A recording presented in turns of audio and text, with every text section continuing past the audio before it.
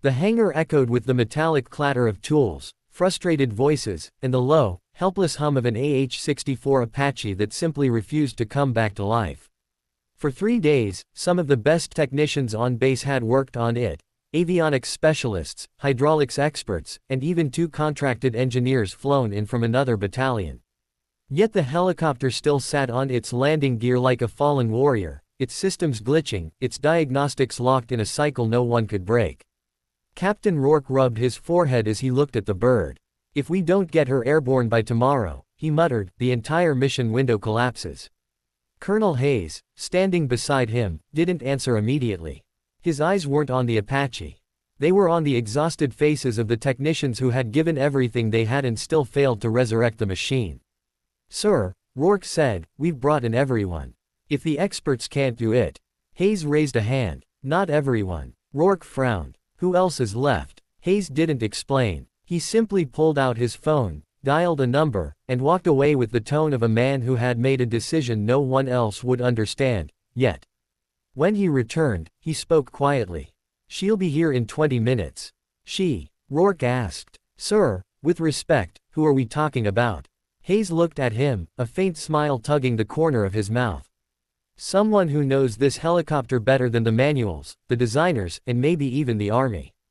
Before Rourke could respond, the distant rumble of a truck echoed across the tarmac. A dusty utility vehicle rolled to a stop outside the hangar.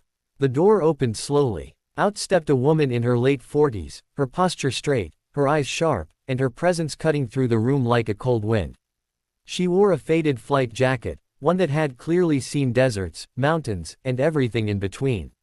Her hair was tied back, streaked with gray that only made her look more seasoned, not older. Technicians turned. Conversation stopped. A mechanic accidentally dropped a wrench. Someone whispered, "Is that? No way." Rourke blinked. "Sir, that can't be her." "Oh, it's her," Hayes said. Chief Warrant Officer Elena, Steelhawk, Marin. A legend. A pilot whose reputation had become campfire lore, the kind of stories younger soldiers thought were exaggerated. She had flown Apaches in places where navigation systems failed, where air support came late, and where every mission felt like a flip of a coin. But most of all, she had been known as the Apache Whisperer, able to diagnose, repair, and even coax life out of a helicopter so damaged most pilots would have called it a write-off. After retiring, she disappeared from the public eye. No interviews, no consultant contracts, no training programs. Everyone assumed she had walked away for good. Until now. She strode into the hangar without hesitation. "Which one of you kept calling me?" she asked. Hayes stepped forward. "I did." She gave him a curt nod. "Then I assume it's bad." "It's worse," Hayes replied. "We fly tomorrow at dawn or we don't fly at all." Her eyes flicked to the Apache. She didn't greet anyone, didn't shake hands, didn't ask for introductions. She walked straight to the helicopter like she was returning to an old friend. The technicians watched in stunned silence as she ran her fingers along the fuselage, then climbed inside the cockpit. She touched every switch with familiarity. Whispered something under her breath. The same woman who once earned the call sign Steelhawk because she never flinched, not even when taking fire during a low-visibility evac, was now sitting absolutely still, listening to the helicopter's silent heartbeat. "Power it on," she finally said. "The avionics." Chief hesitated. "Ma'am, we've powered it on 100 times. The system locks in." "Do it." Her tone brooked no argument. He swallowed, reached up, and flipped the master switch. The panels lit up. For a moment, everything looked normal. Then the screen flickered again, the same glitch that had defeated everyone for 3 days. Except this time, Elena leaned close and whispered, "There you are." Rourke exchanged a confused glance with another pilot. "Did she talk to it?" "Quiet," Hayes murmured. "Let her work." She pulled out a flashlight, a small toolkit, and what looked like a custom-modified sensor probe she must have built herself.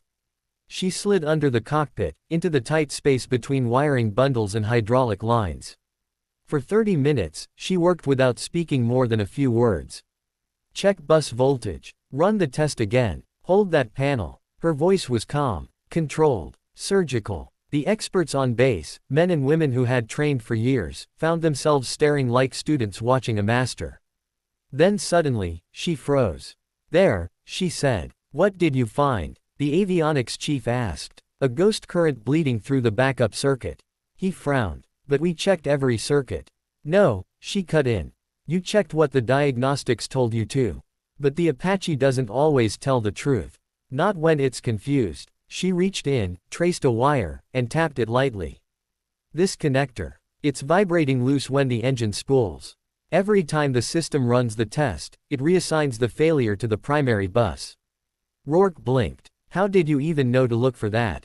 She shrugged, tightening the connector, soldering a small reinforcement, then locking it in place. This helicopter talks. You just have to listen. She slid out, dust on her jacket and grease along her forearm. Run it again. The chief hit the switch. This time, the cockpit lit up cleanly.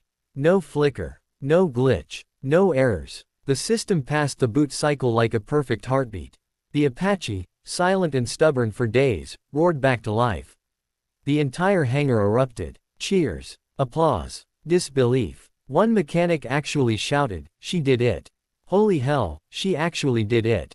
Rourke looked at Hayes. "Sir, she's incredible." Hayes exhaled. "That's why I called her." Elena stepped down from the bird, wiping her hands. "You have your helicopter. But don't ever let it get this bad again." Hayes approached her. "We needed you. You needed to trust your machine more," she replied. As she started to walk away, Rourke called out, "Ma'am, why did you come back? After all these years?" She paused, turned slightly, and said, "Because the Apache still flies. And as long as she does, I'll answer when she calls."